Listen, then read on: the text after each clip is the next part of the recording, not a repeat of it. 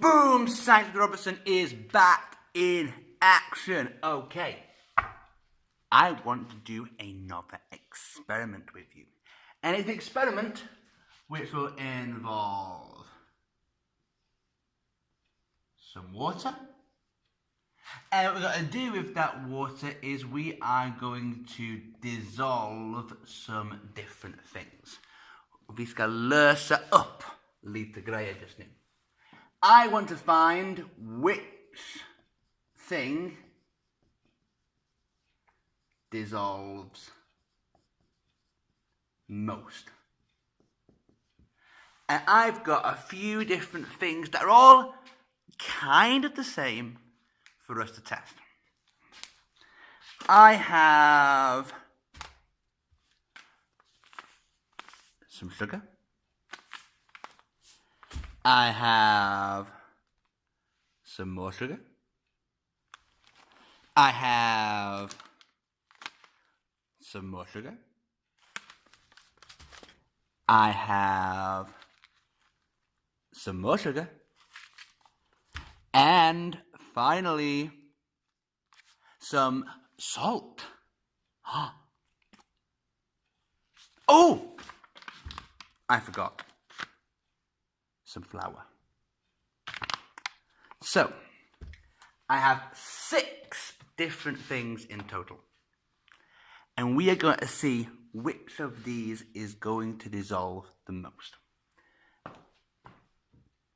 Nope, I have my water here. And we're going to try and see how much I can get of each thing to go into the water and dissolve and be a part of that water solution rather than separate at the bottom. So, before we do the experiment, we will need to do 3 things. Number 1 is going to be to write our hypothesis. Our hypothesis is what we think will happen. So, because I have all of these different things here, I've got these 2. Which of these is going to dissolve the most? I don't know. Or maybe these. Which will dissolve the most? I don't know.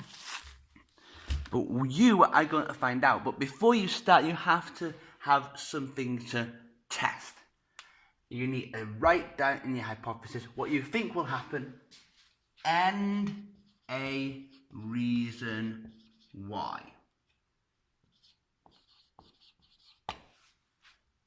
You will be able to come here and read all the information and see if you can think of one. It doesn't matter if it's right or if it's wrong. As long as you have the idea, that's what's important.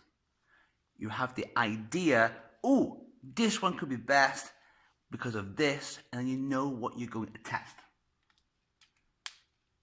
Next thing is definitely the most important. Because then we need to start writing our method.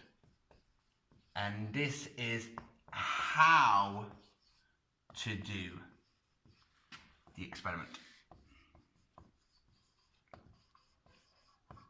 And there's a few rules that I insist on when you all do this. You write in a step-by-step method. That means like this. It means number 1, do this. Number 2, do that. Number 3, do this. You write short, simple instructions. You also tell me precisely how to do things. And some things here are really important. If I have my beaker, it's important to say how much water. It's important to say how hot the water is. You could take boiling water from the kettle. You could take water at 25, 30 degrees. You could take room temperature water, as long as you choose and you keep it exactly the same. You need to work out how much solute you put in. How much of the salt or the sugar or the flour? Do you put in 1 and then wait? Do you put in 2 and wait? Or do you put in like 5 grams at a time? Or what are you going to do? Do you also, what's important for this here is write results. What are your results going to be? Will it be how many spoons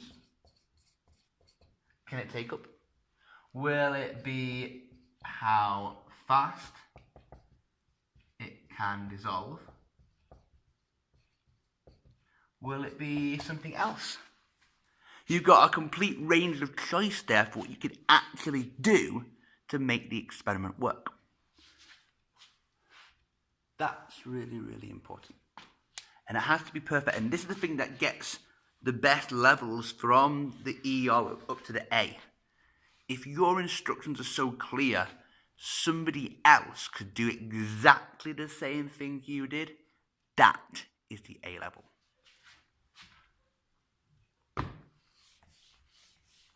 My third section is what we just spoke about.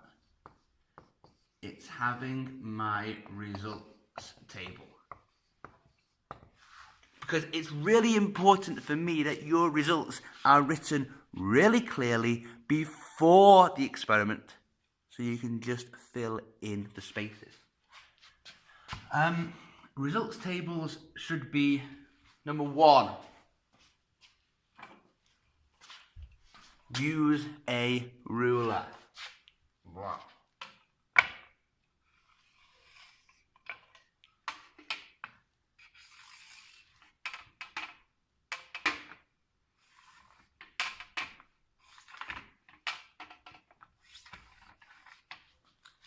Hopefully use the ruler better than what I did. And then you would have different sections. If you are measuring the number of spoons, for example, you could have, number of spoons here. And then you could have your different solute here. So you can have the salt here, you can have the flour here, then your number here. This would be a very good results table because it's very clear. You've wrote them all down in order here, so you can just fill in the spaces. Making it easily organized beforehand is very good. Maybe then you want to go and do it again. So you have the number of spoons again here. And we can write down pearl soccer. How many here? Make sure those results are super organized before the experiment. So all you have to do is write down here the number. Done, do the next one. That's really important to be organized. When you're doing the experiment, you have to make sure you are fair. Rätt vis. Man gör det exakt samma grej för varje del av experiment. That's really, really important. Let's have some fun in the lab. Let's do some experimenting and dissolving. See you all soon. Thank you very much.